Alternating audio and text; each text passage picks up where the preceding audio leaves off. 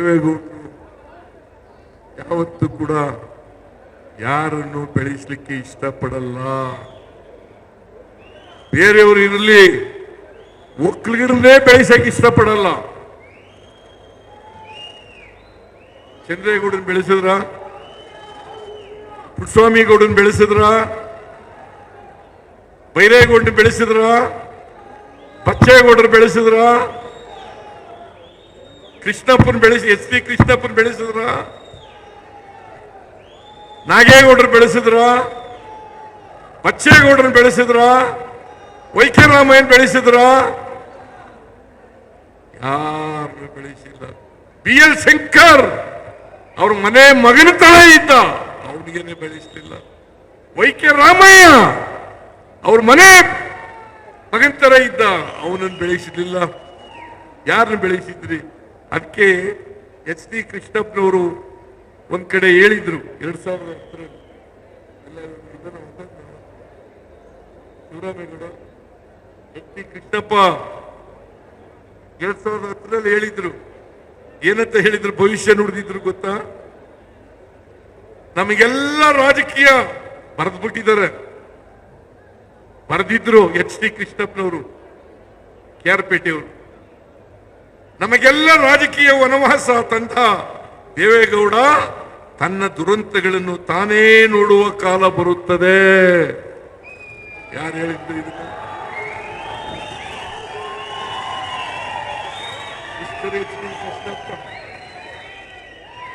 Mister H D Krishnappa ಈಗ ಅವರು ಕಾಲವಾಗಿದ್ದಾರೆ. Senior leader, Vokkaliga leader. ನಾನು ಹೇಳಿದ್ರೆ ಸಿದ್ದರಾಮಯ್ಯ ಒಕ್ಕಲಿಗರ ವಿರುದ್ಧ ಮಾತಾಡ್ಬಿಟ್ಟ ಅಂತೇಳಿ ಎತ್ತು ಕಟ್ಟಿದ್ದಾರೆ. ಆದ್ರೆ ಎಚ್ ಡಿ ಕೃಷ್ಣಪ್ಪ ಹೇಳಿರೋದು ಇದು. ಅವರು ಪಕ್ಕಾ ಒಕ್ಕಲಿಗ. ಅವ್ರು ಹೇಳಿರೋದು, ದೇವೇಗೌಡ್ರೆ ನೀವು ಯಾರನ್ನು ಬೆಳೆಸಿದ್ದೀರಿ ಹೇಳಿಯಪ್ಪ, ಯಾರನ್ನು ಬೆಳೆಸಿದ್ದೀರಿ ಹೇಳಿ. ಅದಕ್ಕೆ ನಾನು ಹೇಳಿದೆ, ಚನ್ನಪಟ್ಟಣದಲ್ಲಿ ಹೇಳಿದೆ, ದೇವೇಗೌಡ ಯಾವಾಗಲೂ ಹೇಳ್ತಾರೆ ಸಿದ್ದರಾಮಯ್ಯನನ್ನ ನಾನು ಹಣಕಾಸಿನ ಮಂತ್ರಿ ಮಾಡಿದೆ, ಹಾಗಾಗಿ ಅವ್ರು ಬೆಳಕಂಡ್ರು. ನಾನು ಕೇಳ್ತೀನಿ ಮಿಸ್ಟರ್ ದೇವೇಗೌಡ್ರೆ, ನಾನು ಜಾಲಪ್ಪನವರು ಇಲ್ಲೇ ಹೋಗಿದ್ರೆ 1994ರಲ್ಲಿ ನೀವು ಮುಖ್ಯಮಂತ್ರಿ ಆಗ್ಲಿಕ್ಕೆ ಸಾಧ್ಯನೇ ಇರ್ತಿರ್ಲಿಲ್ಲ ಅಂತಕ್ಕಂಥ ಮಾತುಗಳನ್ನ ಹೇಳ್ಬೇಕಾಗ್ತದೆ. ಸತ್ಯ ಯಾವತ್ತಾರು ಹೇಳ್ಬೇಕಲ್ಲ. ನಾನು ಜಾಲಪ್ಪನವರು ಇಲ್ಲದೆ ಹೋಗಿದ್ರೆ 1994ರಲ್ಲಿ ಮುಖ್ಯಮಂತ್ರಿ ಆಗಲಿಕ್ಕೆ ಸಾಧ್ಯ ಆಗ್ತಾ ಇಲ್ಲ. ನಾನು ಜಾಲಪ್ಪನವರು ಇವ್ರ ಜೊತೆ ನಿಂತದ್ರಿಂದ ರಾಮಕೃಷ್ಣ ಹೆಗ್ಡೆಯವರು ಮುಖ್ಯಮಂತ್ರಿ ಆಗ್ಬಿಡ್ತಿದ್ರು ಇಲ್ಲದೆ ಹೋಗಿದ್ರೆ. ರಾಮಕೃಷ್ಣ ಹೆಗ್ಡೆಯವರನ್ನು ತಪ್ಪಿಸಿ ಇವರನ್ನು ಮುಖ್ಯಮಂತ್ರಿ ಮಾಡಿದ್ರು. ಸಿದ್ದರಾಮಯ್ಯನನ್ನು ಬೆಳೆಸಿದೆ, ಹಣಕಾಸಿನ ಮಂತ್ರಿ ಮಾಡಿದೆ.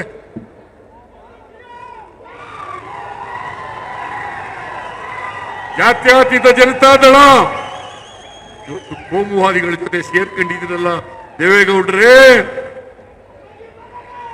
ಜಾತ್ಯತೀತ ಜನತಾದಳ ಅಂತ ನಾನು, ದೇವೇಗೌಡರು, Lakshmi Sagar, A K Subbaiah, Venkatesh, Madevappa, Satish Jarkiholi, ಅವರಿಲ್ಲ Satish Jarkiholi ಹೋದ್ನ, Satish Jarkiholi, B R Patil, ನಾವೆಲ್ಲ ಸೇರಿ ಜಾತ್ಯತೀತ ಜನತಾದಳವನ್ನು ಕಟ್ಟಿದೋ. ನನ್ನನ್ನೇ ಎಕ್ಸ್ಪೆಲ್ ಮಾಡಿಬಿಟ್ರು ಪಾರ್ಟಿಯಿಂದ. ಅಹಿಂದ ಸಮಾವೇಶ ಮಾಡಿದೆ ಅನ್ನೋ ಒಂದೇ ಒಂದು ಕಾರಣಕ್ಕೆ ಹುಬ್ಬಳ್ಳಿನಲ್ಲಿ ನನ್ನನ್ನು ಪಕ್ಷದಿಂದ ಎಕ್ಸ್ಪೆಲ್ ಮಾಡಿಬಿಟ್ರು. ಮಾಧ್ಯಮದವರಿಗೆ ನಾನು ಮನವಿ ಮಾಡ್ಕೊಳ್ತೇನೆ, ದಯಮಾಡಿ ನಾನು ಪಕ್ಷ ಬಿಡ್ಲಿಲ್ಲ, ನನ್ನನ್ನ ಎಕ್ಸ್ಪೆಲ್ ಮಾಡಿದ್ರು, ಪಕ್ಷದಿಂದ ಎಕ್ಸ್ಪೆಲ್ ಮಾಡಿದ್ರು. ದೇವೇಗೌಡರು ನಾನು ಬೆಳೆಸಲಿಲ್ಲ. ದೇವೇಗೌಡರನ್ನ ಮುಖ್ಯಮಂತ್ರಿ ಮಾಡಿದವರು ನಾವು.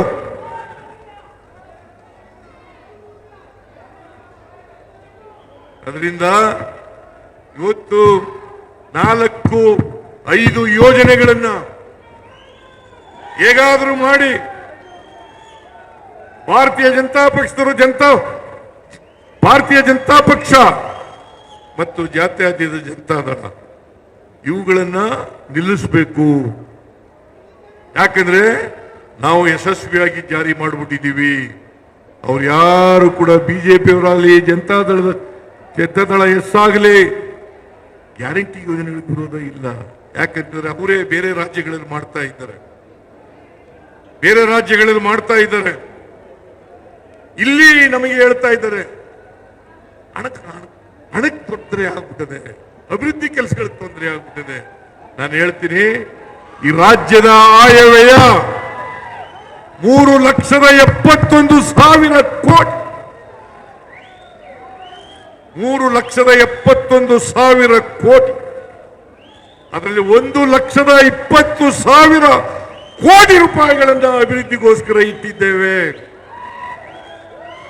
56,000 ಕೋಟಿ ಗ್ಯಾರಂಟಿ ಯೋಜನೆಗಳಿಗೆ ಖರ್ಚು ಮಾಡ್ತೀವಿ.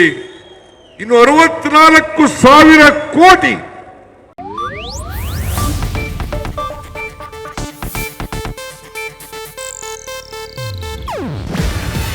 ಇದು ಏಷ್ಯಾನೆಟ್ ನ್ಯೂಸ್ ನೆಟ್ವರ್ಕ್ ಪ್ರಸ್ತುತಿ. ನೀವು ನೋಡ್ತಿದ್ದೀರಾ ಏಷ್ಯಾನೆಟ್ ಸುವರ್ಣ ನ್ಯೂಸ್.